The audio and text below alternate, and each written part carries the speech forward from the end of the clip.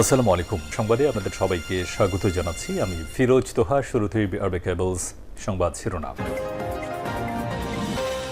আবার মধ্যপ্রাচ্যে ভয়াবহ তৃতীয় বিশ্বযুদ্ধ শুরু হয়েছে। আর এরই মাঝে আমাদের হাতে এসে পৌঁছেছে ইরান, ইসরায়েল ও যুক্তরাষ্ট্রের মধ্যে যে যুদ্ধ চলছে সেই যুদ্ধের সর্বশেষ গুরুত্বপূর্ণ সবথেকে তাজা আপডেট সংবাদ। প্রথমেই জানিয়ে দিব সবথেকে দুঃখজনক একটি সংবাদ। 7 মাসের শিশুকে মাথায় গুলি করে হত্যা করল ইসরায়েলি বাহিনী। অধিকৃত পশ্চিম তীরের হেব্রন এলাকায় 7 মাসের এক শিশুর মাথায় গুলি করে হত্যা করেছে ইসরায়েলি বাহিনী। ফিলিস্তিনি স্বাস্থ্য মন্ত্রণালয় জানিয়েছে যে হেব্রনের দক্ষিণে ইসরায়েলি বাহিনী তাদের গাড়িতে গুলি চালালে 7 মাস বয়সী এক ছোট্ট শিশুর মৃত্যু হয়েছে। পাশাপাশি তাদের পরিবারের 3 সদস্য গুলিবিদ্ধ হয়েছে। ফিলিস্তিনি সংবাদ সংস্থা ওয়াফা জানিয়েছে যে আজ রাতভর অভিযান চালিয়েছে এই জায়নবাদী সন্ত্রাসীরা। এরপর জানাবো ইসরায়েলি নিষ্ঠুরতা বন্ধের আহ্বান অ্যামনেস্টির মহাসচিবের। নিষ্ঠুরতা বন্ধ এবং গাজার কামাল আদওয়ান হাসপাতালের পরিচালক ডক্টর হুসাম আবু সাপিয়ানকে মুক্তি দিতে ইসরায়েলের প্রতি আহ্বান জানিয়েছে আন্তর্জাতিক মানবাধিকার সংস্থা অ্যামনেস্টি ইন্টারন্যাশনালের মহাসচিব অ্যাগনেস ক্যালামার্ড। এদিকে ইরানে ফের মার্কিন হামলা, পাল্টা জবাব দিল ইরান। ইরানে আবারও পাল্টা হামলা চালিয়েছে যুক্তরাষ্ট্র। নতুন করে এই হামলার পর ইরানও বসে নেই, তারা মার্কিন যুক্তরাষ্ট্রকে জবাব দিয়েছে। দেশটির দক্ষিণ অঞ্চলের কেশম দ্বীপ ও উপকূলীয় গরুকে একাধিক রাডার স্থাপনায় হামলা চালায় মার্কিন যুক্তরাষ্ট্রের জবাবে মার্কিন যুক্তরাষ্ট্রের কুয়েতে অবস্থিত এবং বাহরাইনে মার্কিন যুক্তরাষ্ট্রের ৫ম নৌবাহিনীর সদর দপ্তর গুড়িয়ে দিয়েছে ইরান। অবস্থায় যুক্তরাষ্ট্র এখন অস্বীকার করছে যে তাদের নাকি কোনো ক্ষতি হয়নি, অথচ ইরান বলছে যুক্তরাষ্ট্রের ব্যাপক ক্ষয়ক্ষতি হয়েছে। এবারে জানাবো ইরানের সর্বোচ্চ ধর্মীয় নেতা মোস্তফা খামেনি ট্রাম্প বৈঠকের সম্ভাবনা অবাস্তব বলে নাকচ করে দিয়েছে ইরান। মার্কিন প্রেসিডেন্ট ডোনাল্ড ট্রাম্প এবং ইরানের সর্বোচ্চ নেতা মোস্তফা খামেনির মধ্যে বৈঠকের আগ্রহ প্রকাশ করলেও সেই বৈঠককে বাতিল করে দিয়েছে ইরান। সম্প্রতি নিউ ইয়র্ক পোস্টকে দেওয়া এক সাক্ষাৎকারে ট্রাম্প বলেছেন যে সুযোগ তৈরি হলে তিনি মোস্তফা খামেনির সঙ্গে দেখা করবেন, তবে তার এই ধরনের অশালীন প্রস্তাবকে পুরোপুরি নাকচ করে দিয়েছে ইরান। এবং সর্বশেষ জানাবো ঢাকাকে আর বসবাসযোগ্য মনে হয় না বললেন মির্জা ফখরুল। বিএনপির মহাসচিব ও স্থানীয় সরকার পল্লী উন্নয়ন ও সমবায় মন্ত্রী মির্জা ফখরুল ইসলাম আলমগীর বলেছেন যে আজকাল আমার নিজের কাছেই মনে হয় যে আমি ঢাকা শহরে থাকব না, আমি আবার আমার দেশের মাটিতে ফেরত যাব, কারণ এটার বসবাসের যোগ্য বলে মনে হয় না। আজ ঢাকার দক্ষিণ সিটি কর্পোরেশন আয়োজিত দক্ষিণের জানালা উদ্বোধন অনুষ্ঠানে প্রধান অতিথির বক্তৃতায় তিনি এসব কথা জানিয়েছেন। প্রিয় দর্শক, এতক্ষণ শুনছিলেন সংবাদ শিরোনাম, এবারে বিস্তারিত। তবে তার আগে বন্ধুরা অনুরোধ থাকবে এই সংবাদটিতে একটি লাইক দিন। এই চ্যানেলে আপনি নতুন হয়ে থাকলে আমাদের সংবাদটি দেখতে দেখতে চ্যানেলটি সাবস্ক্রাইব করে রাখুন। কমেন্ট করে বন্ধুরা আপনার মূল্যবান মতামত জানিয়ে দিন আপনি বিশ্বের কোন দেশ থেকে বা বাংলাদেশের কোন স্থান থেকে আমাদের সংবাদটি দেখছেন এবং শুনছেন। আর বন্ধুরা, সংবাদটি আপনার সোশ্যাল মিডিয়া ফেসবুকে শেয়ার করে বন্ধুদেরও দেখার সুযোগ করে দিন। আজকের সংবাদ সম্পর্কে আপনার মূল্যবান মতামত কমেন্ট বক্সে কমেন্ট করে জানিয়ে দিন। আর বন্ধুরা, গাজা যুদ্ধে নিরীহ ফিলিস্তিনিদের ভালোবেসে থাকলে কমেন্টে বিষয়টি জানিয়ে সবাইকে দেখার সুযোগ করে দিন। এবারে বিস্তারিত। 7 মাসের শিশুকে মাথায় গুলি করে হত্যা করল ইসরায়েলি বাহিনী। অধিকৃত পশ্চিম তীরের হেব্রন এলাকায় 7 মাসের এক শিশুর মাথায় গুলি করে হত্যা করেছে ইসরায়েলি বাহিনী। ফিলিস্তিনি স্বাস্থ্য মন্ত্রণালয় জানিয়েছে যে হেব্রনের দক্ষিণে ইসরায়েলি বাহিনীর তাদের গাড়িতে গুলি চালালে 7 মাস বয়সী এক শিশু, একই পরিবারের 3 সদস্য গুলিবিদ্ধ হয়ে মারা গেছে। ফিলিস্তিনের সংবাদ সংস্থা ওয়াফা জানিয়েছে যে আজ রাতভর ও শনিবার পর্যন্ত অধিকৃত পশ্চিম তীর জুড়ে বেশ কয়েকটি হামলার ঘটনা ঘটেছে। এর মধ্যে অবৈধ বসতি স্থাপনকারীদের হামলা এবং ইসরায়েলি সামরিক অভিযানও রয়েছে। তুবাসের দক্ষিণ পূর্বে অবস্থিত আতুব গ্রামে বসতি স্থাপনকারীরা একদল ফিলিস্তিনি কৃষককে আক্রমণ করে, পরে তাদের নিয়ে যাওয়া হয় বলে জানা গেছে। একজন স্থানীয় কর্মকর্তা বলেছেন হামলাকারীরা ইসরায়েলি সেনাবাহিনীর পোশাক পরা ছিল। রামাল্লার আগে অবস্থিত দেইর দিবনে ফিলিস্তিনিদের বাড়িতে জোর করে প্রবেশ করছিল অবৈধ বসতি স্থাপনকারীরা।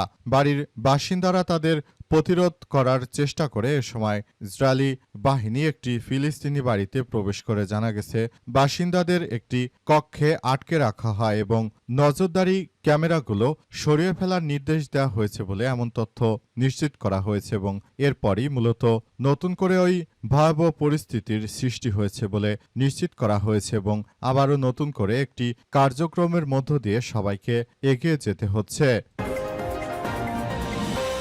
ইসরায়েলি নিষ্ঠুরতা বন্ধের আহ্বান অ্যামনেস্টির মহাসচিবের। নিষ্ঠুরতা বন্ধ এবং গাজায় কামাল আদন হাসপাতালের পরিচালক ডক্টর হুসাম আবু সাফিয়াকে মুক্তি দিতে ইসরায়েলের প্রতি আহ্বান জানিয়েছে আন্তর্জাতিক মানবাধিকার সংস্থা অ্যামনেস্টি ইন্টারন্যাশনালের মহাসচিব অ্যাগনেস ক্যালামার্ড। সাফিয়াকে ইসরায়েলের নাফা কারাগারে নির্জন কারাবাসে পাঠানো হয়েছে বলে খবর প্রকাশের পর তিনি এই আহ্বান জানান। সামাজিক যোগাযোগ মাধ্যম এক্সে দেয়া পোস্টে ক্যালামার্ড লেখেন যে কেন এমন নিষ্ঠুরতা। তিনি প্রশ্ন করেছেন ইসরায়েলি কর্তৃপক্ষকে তাদের নিষ্ঠুরতার জন্য জবাবদিহি করার সক্ষমতা যাদের আছে তারা কেন বারবার ব্যর্থ হচ্ছে। ক্যালামেট আরও জানিয়েছেন যে ডক্টর হুসাম আবু সাফিয়ার এবং তার প্রিয়জনের সঙ্গে থাকা প্রয়োজন, তার সেবা পাওয়ার প্রয়োজন অসংখ্য মানুষের। তার থাকার জন্য সবথেকে অনুপযুক্ত জায়গা হল নির্জন কারাবাস।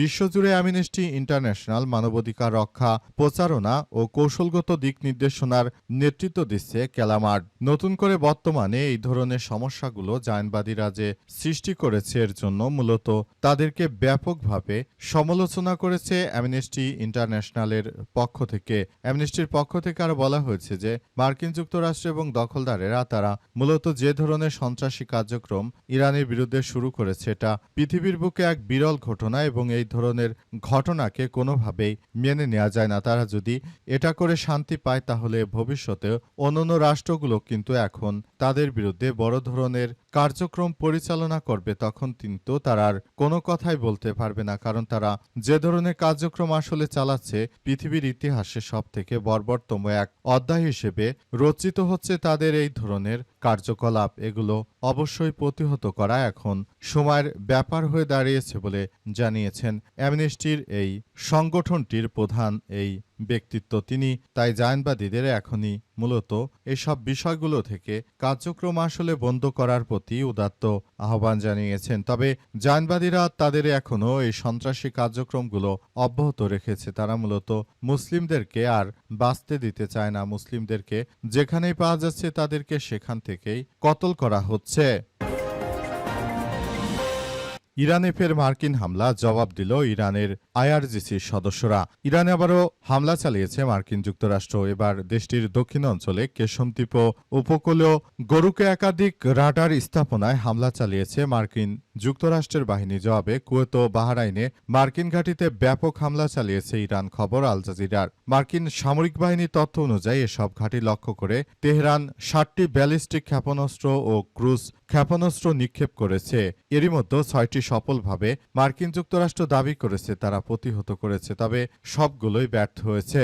এর কয়েক ঘন্টা আগে মার্কিন সেন্ট্রাল কমান্ড সেন্টকম হরমুজ প্রণালীর দিকে ছোড়া ইরানি ড্রোন ভূপাতিত করে পাশাপাশি ইরানের কিছু রাডার স্থাপনায় হামলা চালায়। সেন্টকমের দাবি ইরানের হামলায় মার্কিন বাহিনীর কোনো সদস্য হতাহত হয়নি। এছাড়াও বাহরাইনে অবস্থিত মার্কিন পঞ্চম নৌবহরের সদর দপ্তর ক্ষতিগ্রস্ত হয়েছে। ইরানের এমন দাবিও প্রত্যাখ্যান করেছে মার্কিন যুক্তরাষ্ট্র। তবে আমাদের সংবাদদাতারা যে সংবাদ জানিয়েছে তাতে দেখা গেছে যে মার্কিন যুক্তরাষ্ট্রের ব্যাপক ক্ষয়ক্ষতি হয়েছে। তারা মূলত এখন ইরানের হামলায় তাদের যে ক্ষয়ক্ষতি হয়েছে সেটি আসলে তারা স্বীকার করতে চাইছে না। মূলত তাদের এই সন্ত্রাসী কার্যক্রমগুলো কোনোভাবেই আসলে গ্রহণযোগ্য হতে পারে না। মার্কিন যুক্তরাষ্ট্র এবং দখলদার ইসরায়েলি বাহিনীরা তারা শুরু থেকে এই ধরনের সন্ত্রাসী কার্যক্রম চালিয়ে যাচ্ছিল, কিন্তু তাদেরকে আসলে কোনোভাবেই ছাড় দেয়নি ইরানের বিপ্লবী গার্ড বাহিনীর সদস্যরা।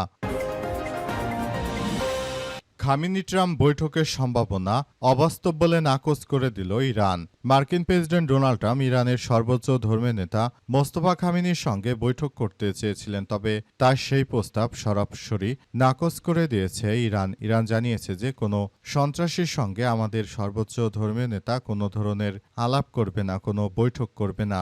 আসলে মূল বিষয়গুলো হচ্ছে যে মার্কিন যুক্তরাষ্ট্রের প্রেসিডেন্ট তিনি নিজেকে এমনভাবে আসলে এমন ধরনের জায়গায় নিয়ে গেছেন যে তাকে আসলে কোনোভাবেই কেউ আসলে তাকে বিশ্বাস করতে চাইছে না। সবাই যার যার জায়গা থেকে বলাবলি করছে যে মার্কিন যুক্তরাষ্ট্রের প্রেসিডেন্ট ডোনাল্ড ট্রাম্প নিজেই এমন এক ধরনের কার্যক্রমের সঙ্গে যুক্ত, তাকে পৃথিবীর কেউই আসলে পছন্দ করে না। তিনি এমন একজন সন্ত্রাসী রাষ্ট্রনায়ক, তাকে কেউই আসলে পছন্দ করেন না। তিনি এমন ধরনের কার্যক্রমগুলোর মধ্যেই আছেন যে সারা পৃথিবী থেকে তিনি বিতাড়িত হচ্ছেন। তার মতো একজন সন্ত্রাসীর সঙ্গে ইরান কখনোই তাদের সর্বোচ্চ ধর্মীয় নেতার পরিচয় করিয়ে দেবে না, বরং ইরানের ইসলামী বিপ্লবী গার্ড বাহিনীর সদস্যরা, তারা যারা নম্রভদ্র, যারা মানুষের ভালো মন্দ বোঝে, সমস্ত নেতাদের সঙ্গেই তাদের নেতার কথা বলার সুযোগ করে দেবে। ট্রাম্প কিংবা নেতানিয়াহুর মতো কোনো সন্ত্রাসীর সঙ্গে কোনো ধরনের কথা হবে না বলে এমন তথ্যই জানিয়েছে তারা। মূলত মার্কিন যুক্তরাষ্ট্র এবং দখলদারেরা শুরু থেকে ইরানের বিরুদ্ধে যে সন্ত্রাসী কার্যক্রম চালালো সেটি পৃথিবীর ইতিহাসে এক ভয়ানক অধ্যায় হয়ে দাঁড়িয়েছে এবং মার্কিন যুক্তরাষ্ট্র আসলে কখনোই কোনো ভালো কাজ করেনি। তারা মূলত ইরানের সঙ্গে যেটা করেছে সেটা চরম অন্যায় এবং ঘৃণার কাজ। অসংখ্য মানুষ হত্যা করার মধ্য দিয়ে ট্রাম্প নিজেকে একজন খুনি হিসেবে প্রতিষ্ঠিত করেছেন।